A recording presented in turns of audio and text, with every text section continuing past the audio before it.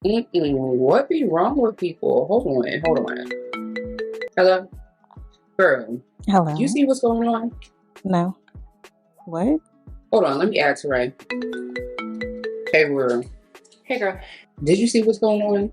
Is this like a grab the mics moment? We definitely have to talk about this one. Girl, y'all got me up now. Grab the mics? All right. Is this thing on? Yeah? Okay, good. Welcome to Controversy and Chaos, bitches. We ray pizza is the pizza for you and me. Okay. Now that that's over with, grand biscuits, everyone, and welcome to Controversy and Chaos. As you can see, this episode, we are down our supervision. So when the cat's away, the mice, we're the mice. And so, but no, Sierra will be back next week. Just had to give a little disclaimer. Yes, she's busy. Sierra-like things. Sierra shit, yeah. Sierra. Oh, okay, where to start? I don't know if you're like me, but I have been trapped on two sides of TikTok that I didn't ask to be on. VeneerTok and Hairstylis, like not even Hairstylis versus girl. I'm stuck. Like, and I can't get off. Have you gotten to the? I haven't watched any. I've been seeing the clips on Twitter, and honestly, that's enough for me. Why are people playing out of people's mouths? That's my first question. People and you are know, actually charging for this. Charging $1,500, $2,000 to get veneers done, and also like charging other people $5,000 and $6,000 to teach them to get a certificate that they went and printed out at fucking Staples. I'm just what? Black people. Now, Black people. Truly, if there was a sound that matched, it would be that one. But I'm just like, how do we get here? Why would you want to go to Braces by Bree to get braces? Like, and I've seen people with fake braces in their mouth, and it's a couple people from back home. They got fake braces in their mouth, and I've seen them, and I'm just like, them stuck in your mouth. Like nobody's going to take them out because they could compromise your shit. Yeah, so that's the thing. Braces were something cute and trendy, and you want to put them in your mouth. So the braces are an aesthetic. Mm-hmm. I mean, as a person who had braces for like 3.5, 4 years, it's nothing to play with. Like, I got braces to straighten my teeth. Shout out to my orthodontist. He did his big one over here. But it's like, I just couldn't imagine going to somebody who has not gone to school for something like dentistry. Like, dentists go to school for 8 years. They are doctors. Mm-hmm. And you letting Veneers by Vanessa shave your teeth down. Your teeth are bones. Your teeth are literally bones. They are very sensitive. Why are you letting these people shave your teeth down? You can't repair that. You don't grow more teeth. Chiclets on them.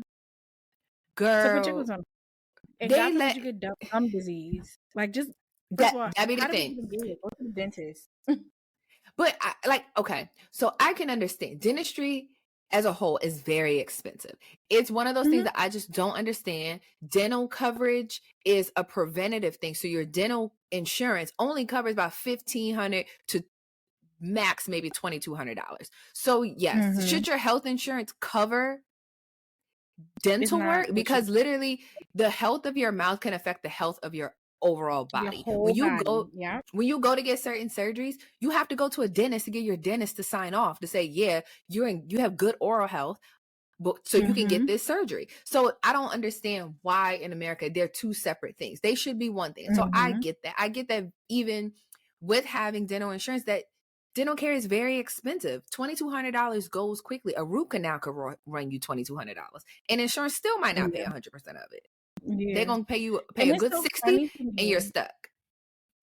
I can honestly say, I mean, granted, I got pregnant pretty young. Well, 24 is not, 23 is not that young, but We're teen moms, okay? I didn't learn.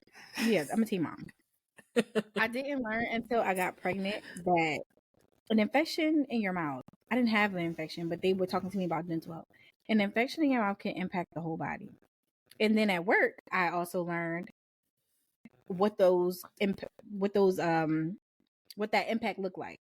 So like I had someone who had, I don't even know. I know she was losing her teeth like nonstop. Mm-hmm. And when she got pregnant, it was very evident she had some like oral issues going on. And the baby had complications. And she had complications throughout pregnancy, always sick. And it's like, where do you go wrong? Right? Like, is it something that you're doing? Is it just genetic? I think part of it, I think it's a twofold thing. Like certain things I feel like are genetic, just like you have people who like, what is osteoporosis? Is like when your bones, like, I think it's like lack calcium, and people start to, like, as they get older, their bones become more brittle, they shrink, you know? So it's like, yeah, it can be a twofold thing. It can very well be a genetic thing. It could be a disease. It could be all these different kind of things, but it could also just be lack of proper dental care. Even if you're not going to an actual dentist to get proper cleanings and maintenance and things like that, people don't brush their teeth properly, or just skip brushing at, you know, altogether. They get a little pain, they pop a little pill, like, no, it's like a symbol, people do a lot of things. Like people who smoke, your teeth, your mouth is affected.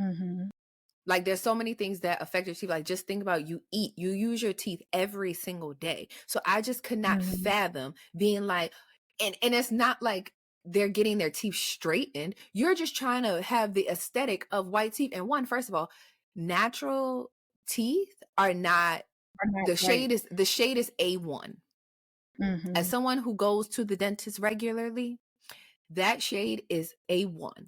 And that nobody's teeth look like that. If you saw that shade in real life, it's like a fluorescent light. It's like, whoa, like I want to go like this when you see it. It's unnatural. Y'all look crazy. Y'all look like y'all could eat an apple whole. They look so big. Like if you gave them a whole apple, they could chomp the whole fucking thing. And I have ridges in my teeth. So I like, people be like, oh, your teeth are nice. I'm like, I know I have overweight.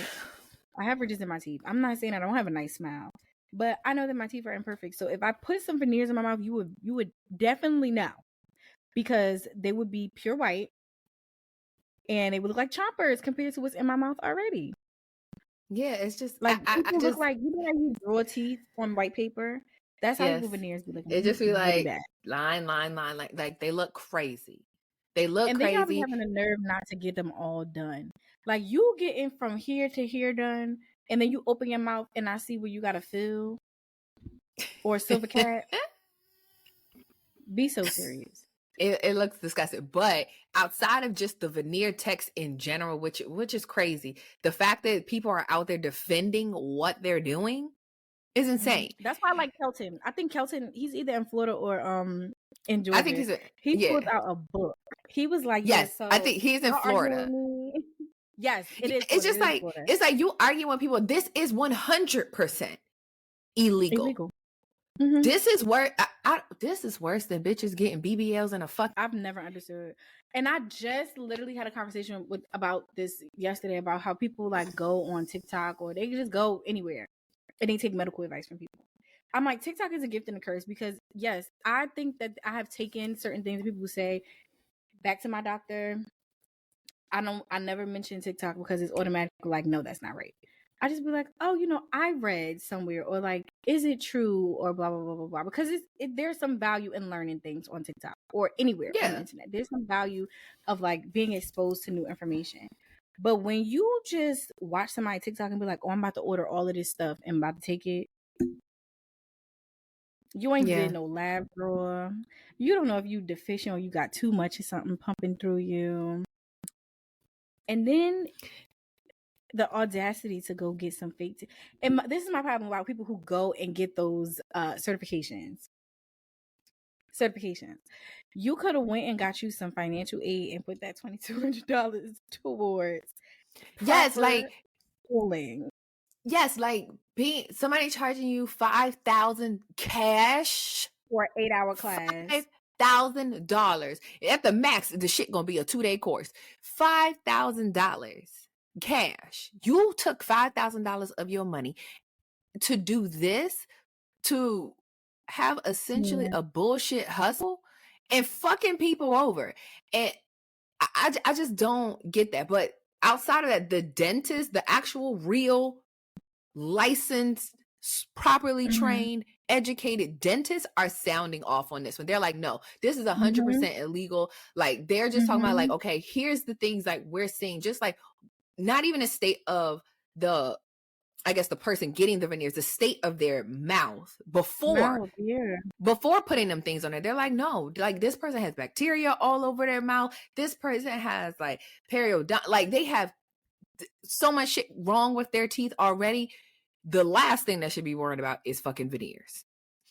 But they're just like, okay, they're just like the structure of their teeth. They're like, no, they're doing this shit right now. And one dentist, he was just like, I could tell you right now from a video, like he was stitching the video and like giving his reaction on it. He was like, oh no, I could tell you right fucking now, in about a year, 2 years, that person's going to have to go to a dentist and it's going to cost probably $30,000 to fix this.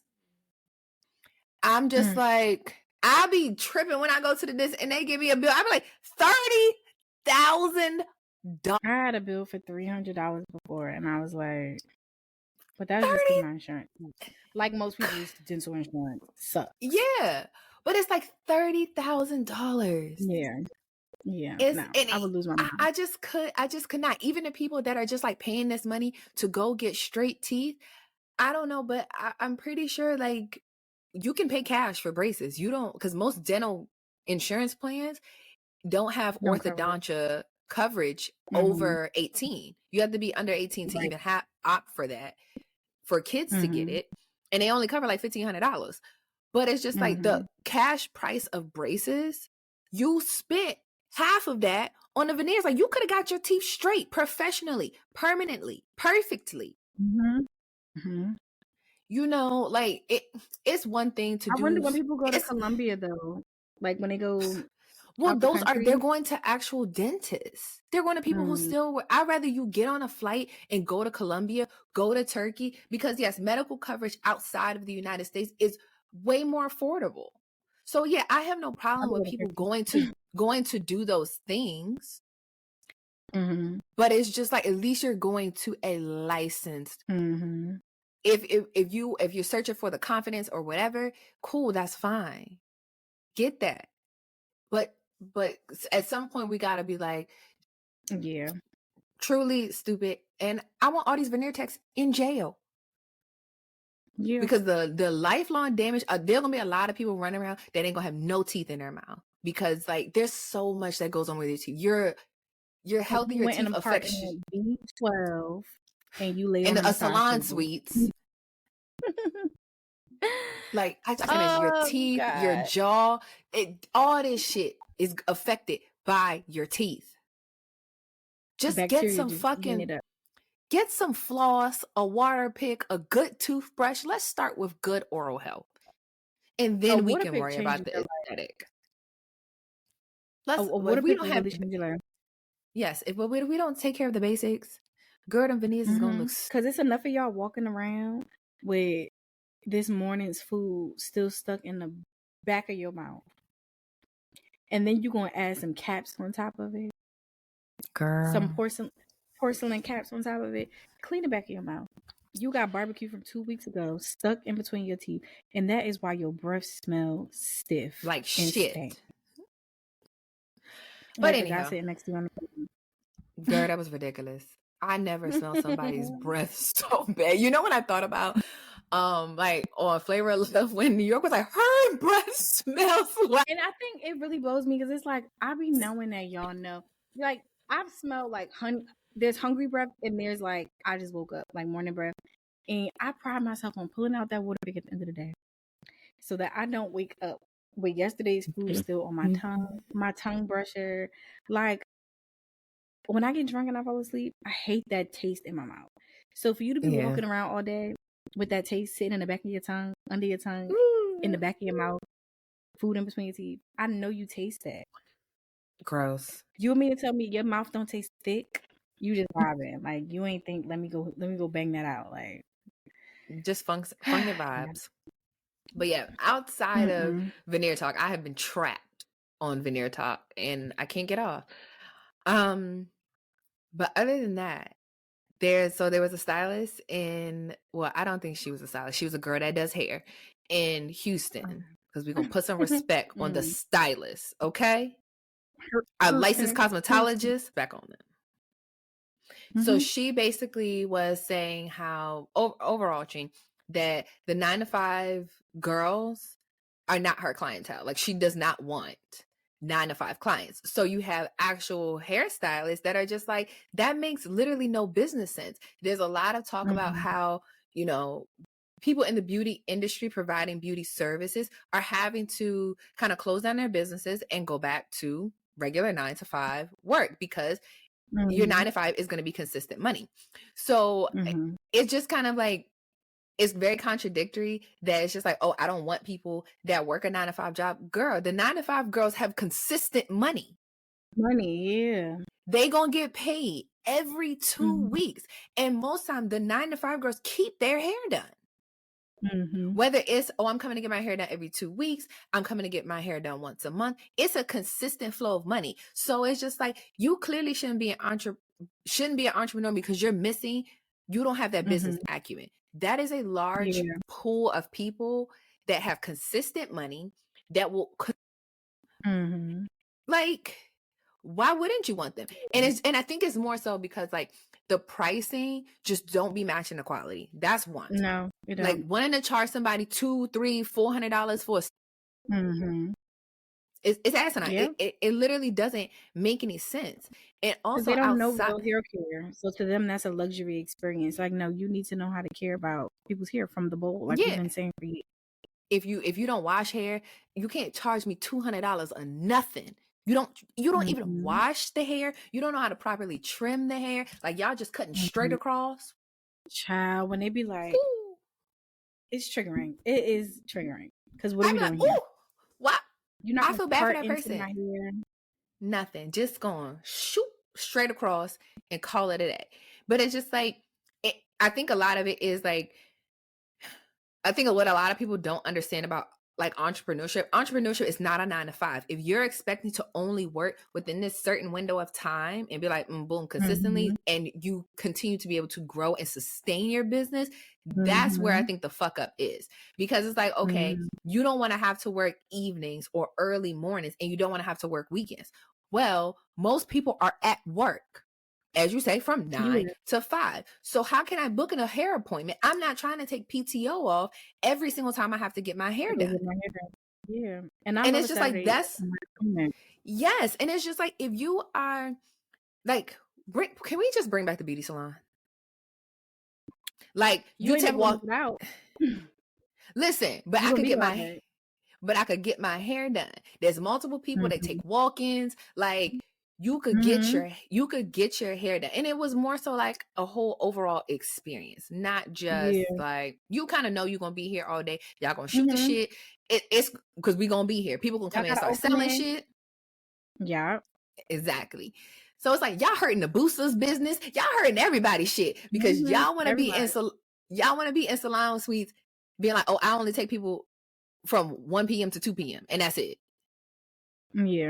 That's not reality. Like, that does not fit the general population. So basically that's kind of a lot what the actual stylists were saying. Like, no, my 9-to-5 clients, I love them.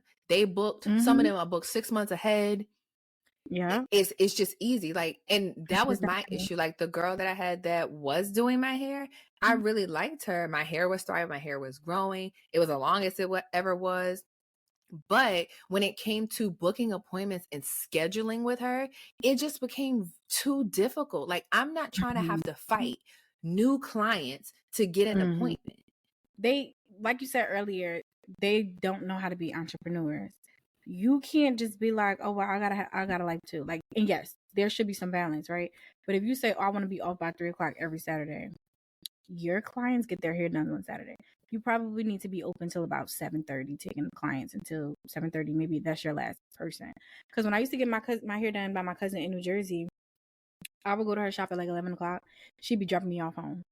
It was just an all day experience because she washing this person under the dryer. Like she had her clients stacked and they knew once that dryer stopped, you get in a chair. And she would literally have back to back. And she'd be taking people like, oh yeah, I got time for a quick weave. Like that's the nature of her shop. And it was an experience, like you said. Yeah, that's the nature of hair care. And there, you know, stylists who have been doing hair for 15, 20 years, they're like, girl, clearly you don't know how to operate, because I know hairstylists, they were like, no, I make 6 figures doing hair consistently and have been doing so for years. So it's like, I can understand wanting to do it. There's money in the market, but you got to understand business and build and sustain a strong clientele. If you want to be off by 3 p.m., that is absolutely fine. But maybe you should open your books and start earlier.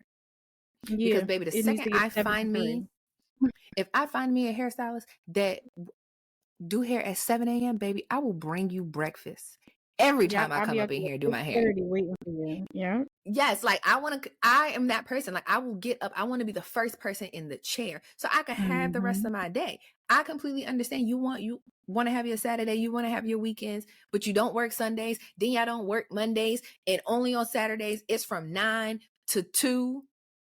And really not 2 because you're trying to be out of there at 2. So you really take the last person at 12:30. I get there, you 6 heads behind.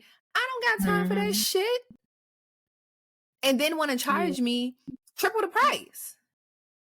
I miss going to get my short haircut done because the girl who used to do my short haircut, she do Sunday specials for like VIP clients, like clients that's her regulars.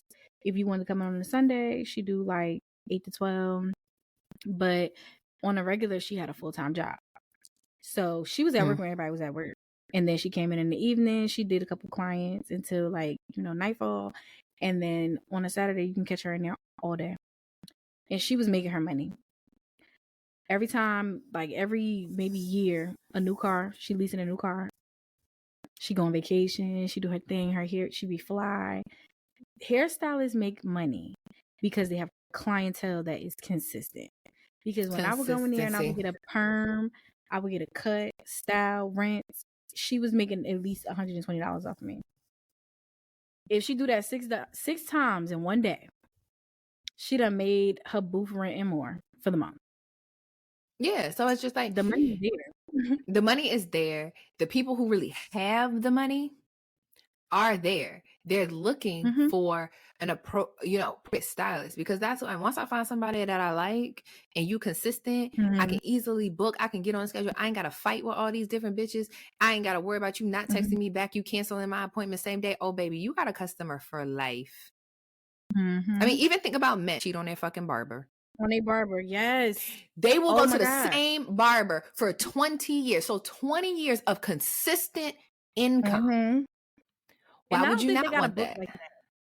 I don't think they got it. I heard the haircut game dollars for haircuts.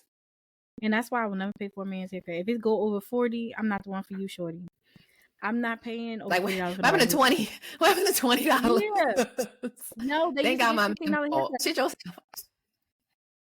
If you are bald and you are looking for just get your bald man, ladies. Let's cut all that.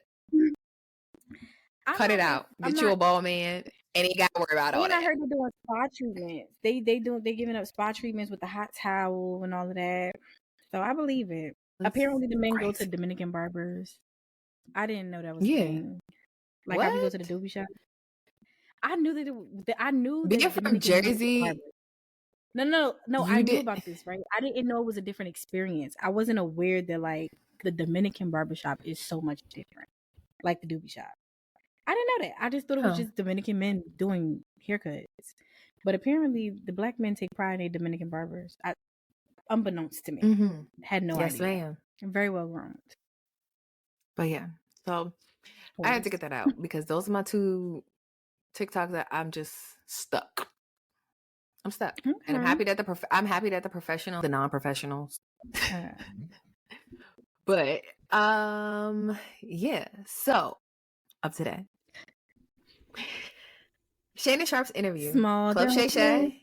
I finished the video. Well, I finished the part 1 that he released on Wednesday or Friday, one of them days. I don't watch them. I listen to them. Mm. Some of y'all might call me a serial killer. But I listened to it because I seen all the clips of her reaction. So I just was like, I need more context. Mm-hmm. And I thought when I first watched the clips, of course, I made my own judgments. And really, for the most part, I'm staying 10 toes down in those judgments. A lot happened, and I took notes. So let me refer to my notes. The first thing that I will say is that the clips did the clips' job. They did what they supposed to do, and that is to bring out emotion and have us to react in different ways.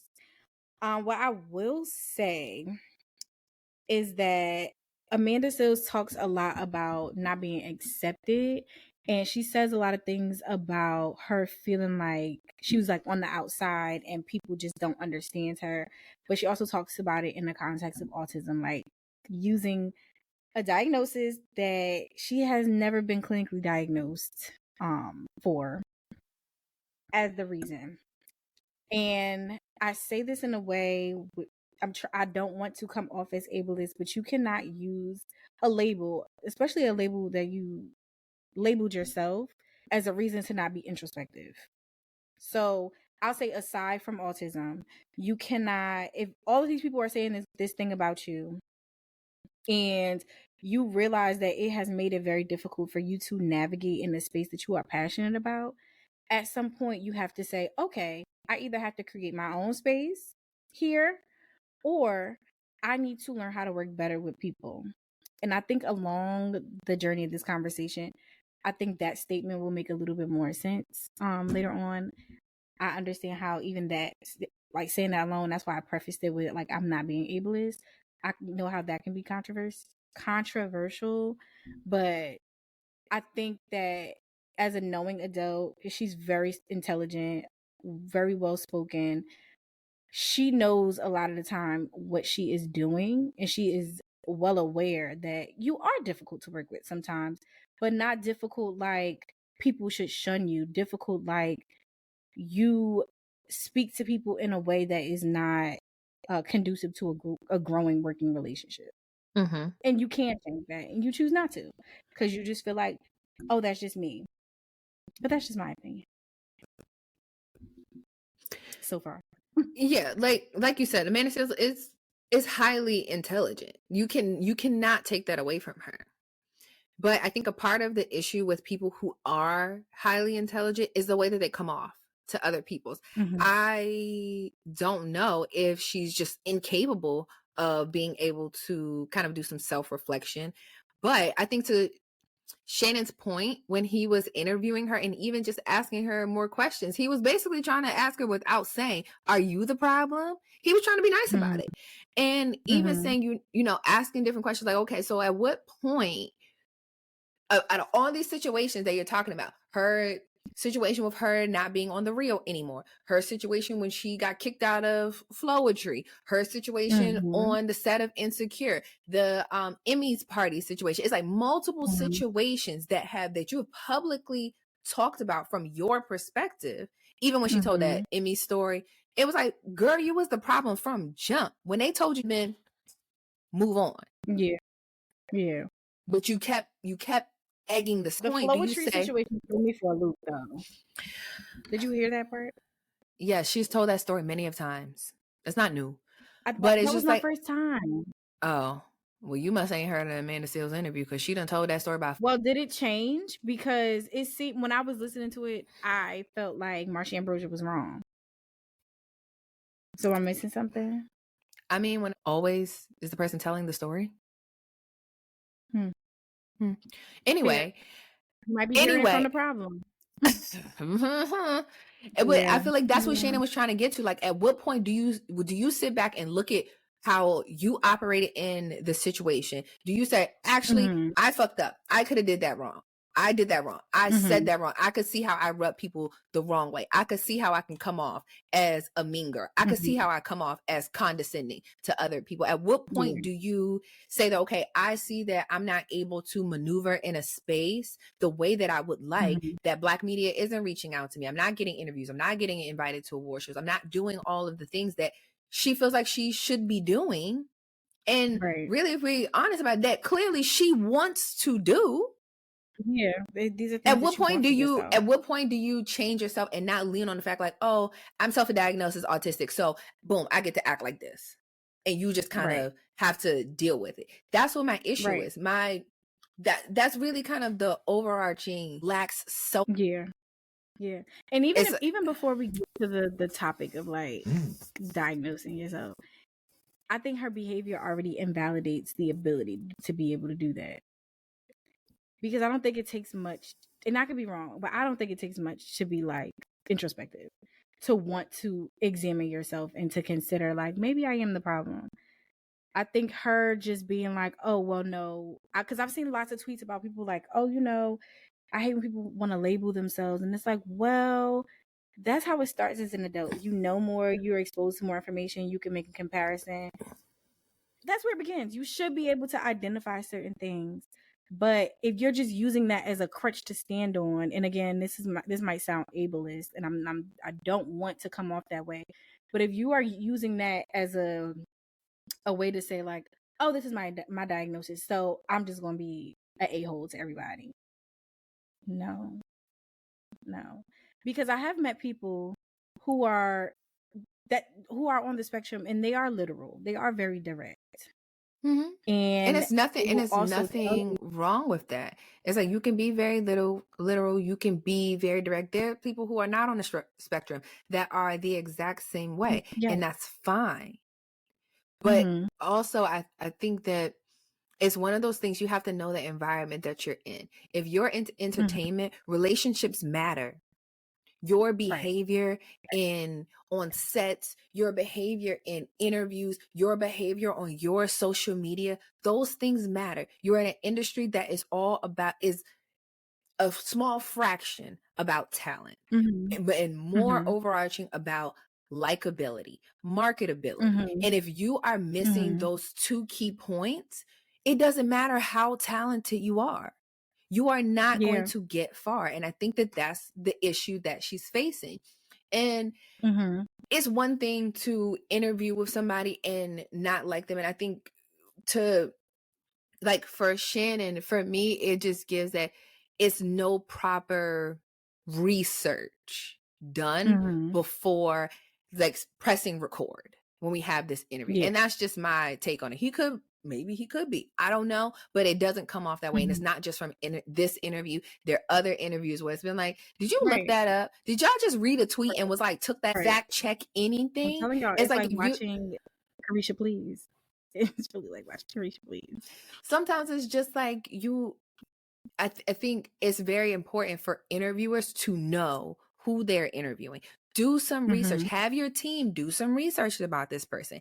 Even if it comes to booking a certain person, you might vet them and be like, actually, nah, we're not bringing this shit up here. Because even the result, okay, the interview comes out, it had 1 million views in just a few days, which is amazing. Shannon Sharp, Club Shay Shay does exceptionally well when it comes to viewership and things like that. And it's a consistent thing. It's not just like, oh, this one got 1 million and then we only had 100,000 for the next one. It's a consistent.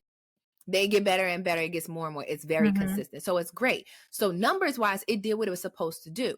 But her turning around and going on Instagram Live, and she uses a lot of buzzwords to kind of get your attention.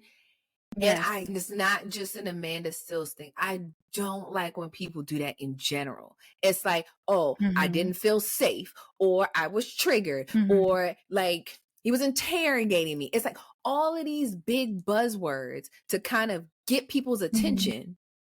And now we're straying away from your behavior. That's really the issue. Him asking you questions is not interrogating you. You are literally in an interview. So if you're saying something, and I think context is everything. If you're saying something and the person you're having a conversation with needs more context, I'm going to ask more questions. If you're saying, oh, I'm autistic, and he says, well, are you diagnosed as autistic? Like, where did that come from? And you being like, oh, well, autism is a clinical diagnosis. Yes, no shit, Sherlock. We know that that's a clinical diagnosis. And that's part of the, like, now you're being condescending, because it's like, you could have just said yes or no. Like, you went on your live and said, I self-diagnosed. Why you didn't just say that in the fucking interview? because you didn't Mhm. like that. Basically, his continuation of trying to get more context didn't go well in your favor. Yeah. So now you're trying to spin it and it's something different. And I do not like that. And that's why I say Mhm. sometimes certain people, it's not worth the risk of interviewing them. And this is not the Yeah. first time that Back Amanda when. Seals has done something like this. That Mhm. doctor, or I guess he was a former athlete, that I guess doctor or something, whatever, she put like sexual abuse allegations on him. And when it came out that she was 100% wrong, she did not go back and say, actually, I was wrong for what I fucking said. You tarnish somebody's name, and then it's just like, okay, I'm gonna go on about my day. Oh wow. No, you just do that. That's her track record. Yeah. You don't get to do that. So that's why like her live pissed me off even more, because this is the same shit that Mhm. you've done. And clearly it's like you Mhm. could, maybe it has nothing to do with you being on the spectrum. Maybe you're just an asshole. Yeah. But I did have a few points that I wanted to touch on. And Yes. because my brain just looks like this, I have to read my notes. Amanda Seales talked about existing as herself and people taking issue. So we talked about that. Autism, especially not diagnosed, does not excuse you for being a not nice person, but Amanda spoke on being direct. We talked about that. So the part that I really was interested in talking about is the clip when she mentioned how much a diagnosis costs. And I am interested in talking about that because people can self-diagnose. Like we said a few minutes ago, you can identify signs of autism or any other diagnosis, right? You can identify. That's knowledge is power. You should be able to see things in yourself and raise questions to your provider, psychiatrist, whoever it is that you see. I think giving grace to people who do so is important, because in the instance of this interview, I felt like when she was talking to Shannon, she was forgetting that he's not her peer. They didn't grow up in the same time. So you're talking to him about something that he has no idea how it truly works. He has no idea what access you have or you didn't have. And I think it's also important to note that I think her mother did a great job at putting her in a position to thrive. So with her diagnosis and all of the things that she said about school, like she was always talkative, she was combative towards her teachers, it was disrespectful. I think that putting her in acting, for example, was a great opportunity for her to shine. Putting her in things where she can exert her energy was probably her mother's way of finding balance in the home. But Shannon had never seen that. That is not a thing for him. So when she's talking to him and explaining her life, there's no way for them to connect on anything. Even the comment about racism, he like, was it racist? Because he's looking at it from the viewpoint of kids just be kids. And we have not grown up in the type of world where we can say that children are just children.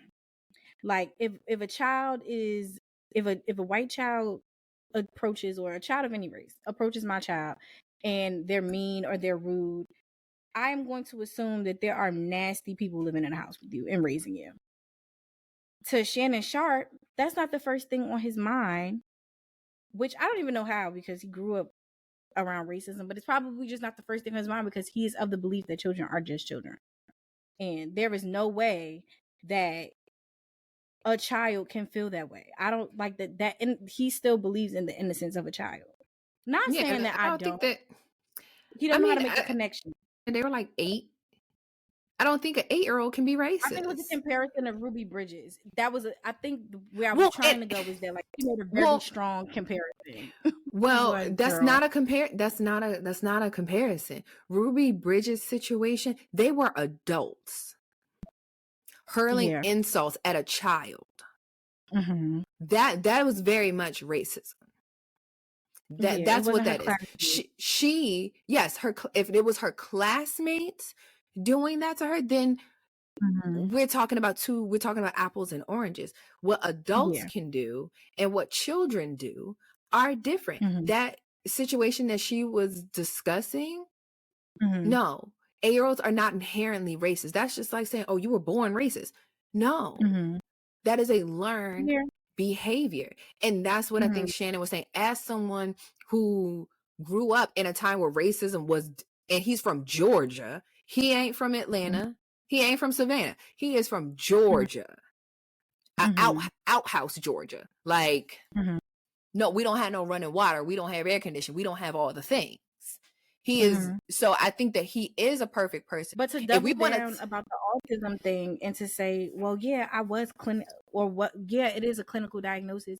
You're also talking to somebody who you grew up in the 80s and 90s where y'all was still putting kids in the back of the classroom, back of the room, in the closet. Like, you were talking about, she grew up going to a school with the, I forgot the name of it, but it was a disciplinary school.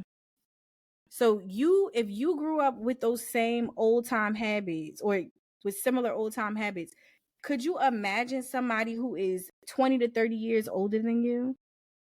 So yeah, it's just instead like of using that opportunity to educate, you double down by saying, yeah, it is a clinical diagnosis. I think that was just that was just her being smug and furthering the point that that's who she is. It's just like, you were just being smug, when if you know more, all you have to do is educate somebody. We're in a very different society where mental health is very front and center. Yeah. And I do not like when people weaponize that. That's not what it's for.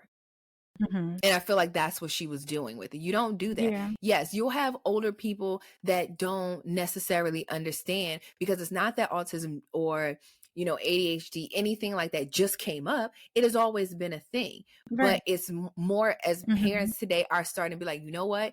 I know that something's not right, so I'm going to do something. Be like, oh, well, they're just bad. They're just talkative. They just have too much energy. He comes from that.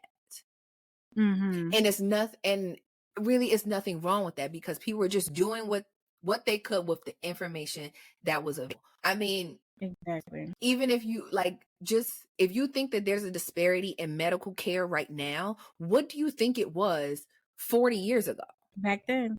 In rural areas, people right now, to this day in 2024, in the state of Georgia, that got to drive 2.5-3 hours to the nearest hospital. So it's just like, you can't weaponize not knowing something, but also don't want to acknowledge the other person's life experience as valid.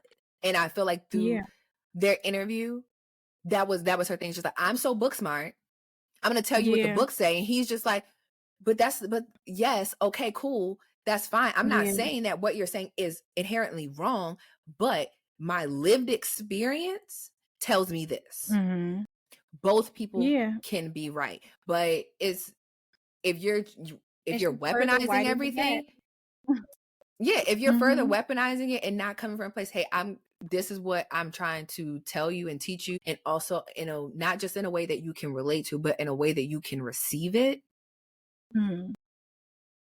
If we can't do that because of her inability.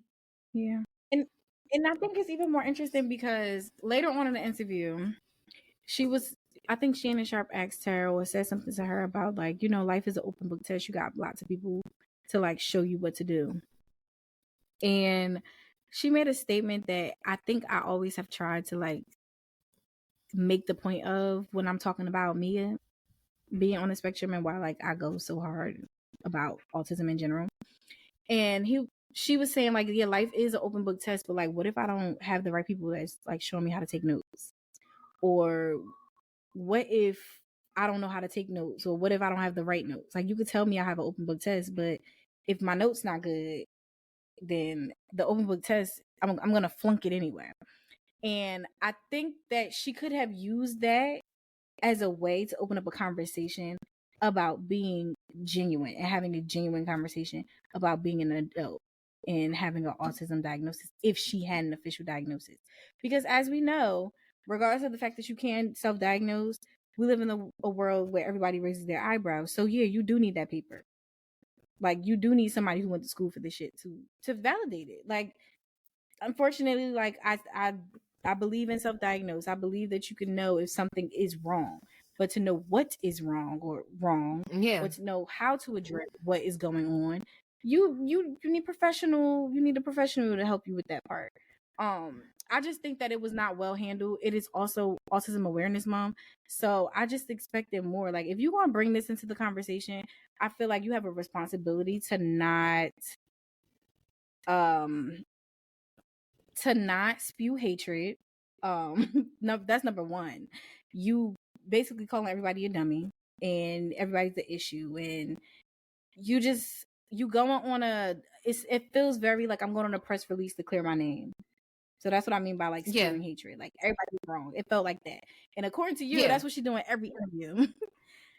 Every But interview that I've I seen feel of like Amanda Seales, great. that's what it is. Yeah, she dumping on people. I just feel And like it's it just would have like, been a awesome opportunity to talk about autism and like access issues, because while I haven't had the experience of paying $10,000 for my daughter's diagnosis because her insurance and early intervention paid for it, I do now understand that as an adult, if I say, you know what, because I have thought about it and said, I wonder if I'm on the spectrum. I haven't gotten diagnosed. I don't know. And I haven't even tried. So I don't know how much it's going to cost me, but the research I've done, the stories I've heard, it can be expensive, but I don't think that's I would never start with that. I would never lead with that, because I think it's important that people also understand it's important for you to do your due diligence to figure out if there is something there. You need to figure out what it is, because it can help you in the long run. Like I always say, if for no other reason, my child will have an easier life because she has a diagnosis. She will have the accommodations that she need in school, in middle school, in high school, in college. She'll have access to that because that paper says that she needs these accommodations. She needs to be considered. Like, that's how it all boils down. She needs to be considered. If that's all you use it for. So I just don't feel like she used this as a good opportunity. She was very irresponsible with her time in talking about autism. Yeah, I'm gonna start rambling, but I just don't think that she did the conversation any justice at all. no. I think, like I said about the interview, I think it was very much like, okay, I'm clearly not favored. I'm not even favored. Just like, people don't fuck with me. And Mhm. you're in a business where relationships are number one. Yeah. And I think that that's very apparent. He Mhm. knows. And this seemed like an attempt to try and clean that up. Yeah. To try and clean it up. Hey, whether clean this image up. Otherwise, Yeah. it's slim pickings for you. Yeah. And not having a good track And record. and not having a good track record, though, all those things matter. So it's like going into this situation, you going into this interview, which is a big media platform. It could have been made about the positive things in her mind. Okay, here's some of the positive things that I've experienced. Like, yes, we have heard you talk time and time again about all the bullshit, all the negative things that you still harp on right now. And in some instances, she seems very angry about things that are 10 years old, 10 plus years old. If you talking about a situation about 8-year-old kids being racist, Amanda, if memory serves me correctly, you in your 40s, you still harping on something from when you was 8. That's a sign that you need to take that's a bigger issue that you need to address. And I told you, I literally watched a TikTok. There was this therapist, and I always see her videos all the time. And she was basically explaining, she was like, as a therapist, the hardest people to treat are the incredibly intelligent. She's like, it's so difficult because they come to you for help and then want to tell you how they should help you. It's just like, oh, I already know all of these things about myself. Yeah. Then it's like, okay, if you know all these things, why are you sitting on my couch? If you know all these things, so smart you're dumb. Or you can, very much so smart you're dumb. You can know like, okay, maybe I should go to therapy. But if you don't allow the therapy to actually work, if you don't allow the Yeah. therapist to do their job because you're trying to tell them how to do their job, you're never going to get anything from it. And that's basically what she was saying. She was like, it's so hard to even do those things. Most therapists do cognitive behavioral therapy. She was like, that shit don't work for them. Yeah. Because they're already thinking. She was like, so it's not working. You can't tell them that they should think about things differently because they are thinking about it just like this. And they don't see that maybe I should do it differently. Yeah. And she was like, and I can see if Amanda Seales has ever been to therapy, I can see that it being very difficult to help her because she's one of those people that won't get out of her own fucking way to allow people to come in, help her, so that way she can move forward and operate in spaces differently, even if she is autistic. That's no excuse. It's not a crutch. At some point, not to say you assimilate, but essentially you kind of do. In certain aspects, you have to know how to maneuver in these different environments, especially. That's the nature of the business. You might benefit from, and this is before I even knew it was a thing. Like, I've always known it was a thing in like therapy, but I didn't know how widely it was used. DBT therapy is used for people with borderline personality disorder, and it's like used for people who feel things very intensely. I feel like she would benefit from that because if you're thinking here, I feel like the purpose of that type of therapy is to like take you out of your own head and sort those thoughts. Yeah, me neither. Listen, I have a little Pinterest folder called DBT therapy, and I was using it because I noticed some of the like practices that one of my friends was sending me. It looked a lot like this, and they would help me through. Like, even just like putting on a timer and writing everything it was like a mindful map, getting things out of my head. I'm like, oh, this is DBT therapy. This looks like the stuff that I'm finding on Pinterest. And the activities are really good. I would definitely do it led by a therapist though, because they are pretty intense. But yeah, that made me think of that. Like, I feel like she would benefit from something like that. And I really think that she falls under the category of somebody who probably does feel like I don't need to go to therapy because I know what my problem is. And I was listening to So Shameless, and I forgot his name, but he was talking about how he thinks that everybody, all men, all women should go to therapy before entering a relationship, even if they're not considering entering relationships, because people tend to think that they are perfect and they are ready because they have things. They have accomplishments, they have money, they have the notoriety, I guess. They think they are ready to be in relationships with other people, but they have not really done self-work. They just think that the self-work is a 750 credit score and some money in the bank. And I really hope that people in Hollywood don't reach a point where they don't think they gotta work this shit out. And if that is you, Amanda Seales, you really got some shit that you need to work out. Especially if you are, in fact, trying to navigate neurodivergence as an adult who has never been clinically diagnosed. Because with that, I'm sure comes the struggle of like doubting if you know what the fuck you're talking about in the first place, because you are trying to navigate something for the first time, and that is hard enough. So I think you need to go to therapy, honey. Especially because people always say that therapy, we don't go to therapy for ourselves. We go to therapy to help us navigate everybody else who isn't in therapy. And so if you're going to be working with a bunch of people that you feel you are above for whatever reason, because you are so evolved and you have reached this point in self-discovery, perhaps therapy will help you work with them and you won't get fired from jobs via the interview. It was a lot, especially because I am an advocate for early intervention, right? Like, we have the information that we have now, and it is hard enough that some of the feedback we get from our community is there's nothing wrong with that child.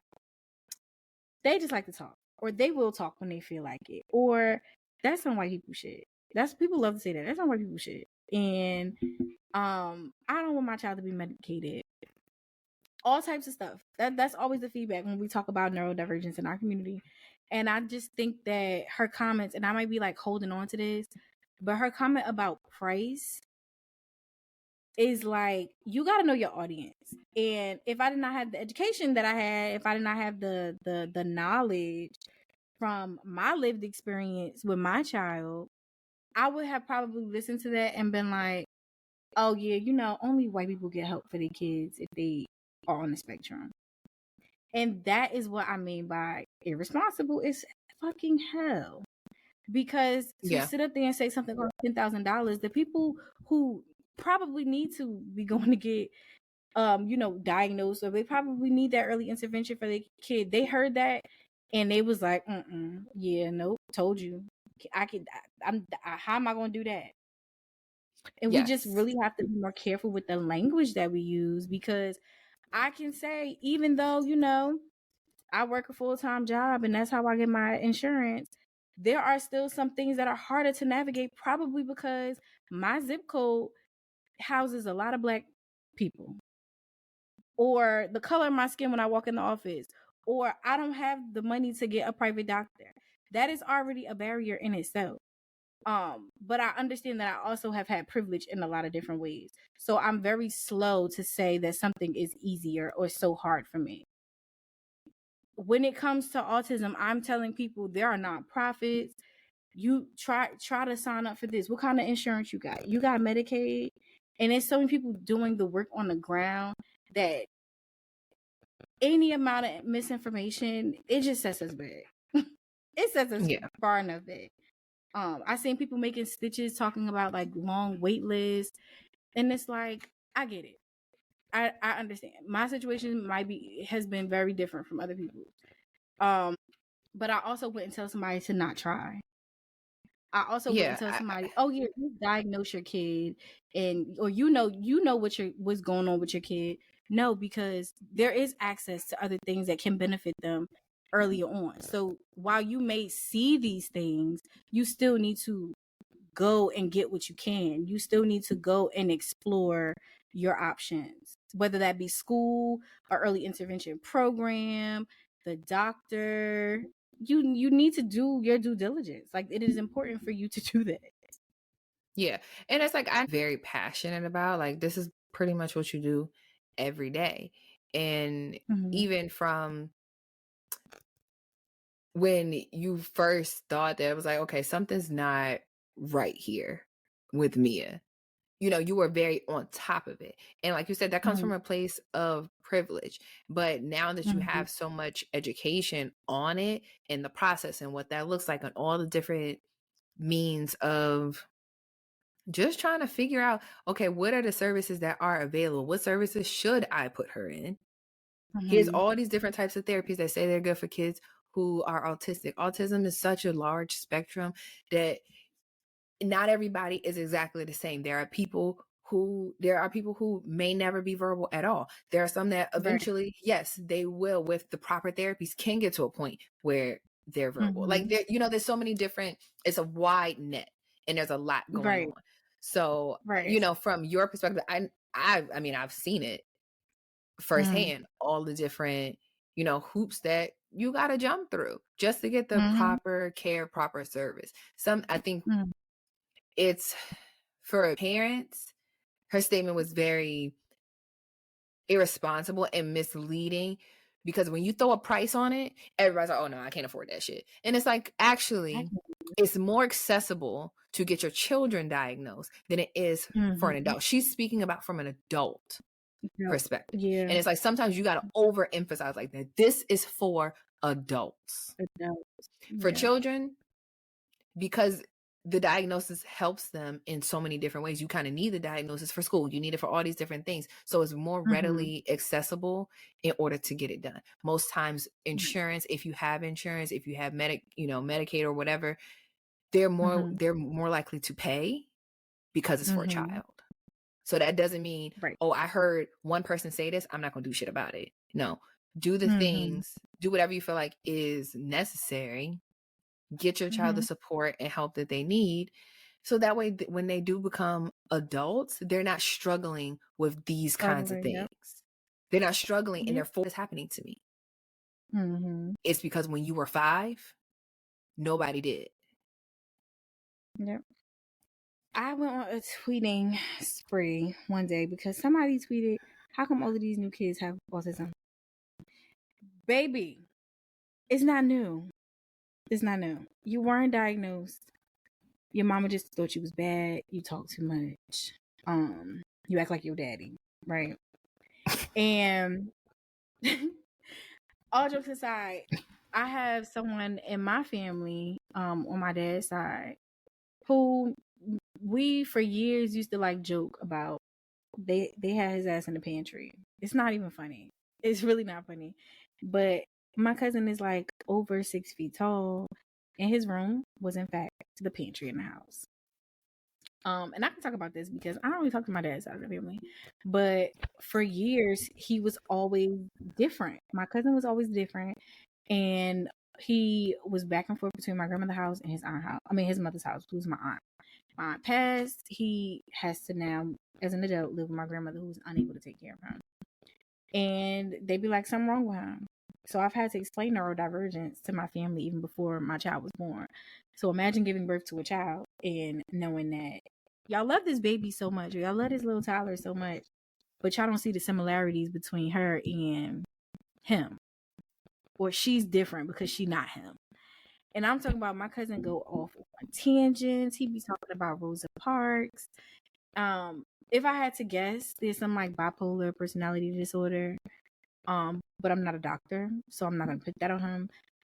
But he was never diagnosed. So now, as an adult, if my grandmother, if something happens to her, or she decides she no longer wants to deal with him, he can go to jail, and we know what that does to the brain because he's gonna have behavioral problems in the jail. So automatically, they're gonna put him in isolation. He can go to a shelter, but he has behavioral problems, and they don't have any paperwork that would make it necessary for them to have him in a specific type of location. And he has enough, in their words, that he got enough sense to sign himself out of a program that would be able to give him a proper diagnosis. So I say all of that to say, I do think it is important to get you, your children, the people you love, an actual diagnosis, a thorough evaluation over some time, right? Not a 10-minute quiz where you round up the numbers at the end and figure out which one you fall into, because these things protect you all through your life, not even on the education side of things. If something happens to me in my life, and I'm no longer able to take care of my child, there are programs that will take care of her. There are programs that her paperwork will follow her so that I don't have to worry about somebody taking advantage of her or taking advantage of her check, which we all know. If you've worked in nonprofit space and housing, you know how them Social Security checks work as an adult when them adults can get Social Security. And so I think about stuff like that. And I think I always say, like, you know, God be giving me the hardest battles to navigate. Because listen, if we got a report card for this, I would probably be a C student, because parenting is fucking hard, let alone parenting and trying to navigate autism, ADHD, ODD. Like, hats off to all the parents. I forgot where I was going with that part, but it's our obligation. And to Amanda Seal's point, it is an open book test. I'm making sure that my child has all the proper notes so that she can succeed. Good way to wrap. Wrap around. We're gonna do a wrap around. We're gonna do. Small doses, controversy and chaos, bitch. Bye.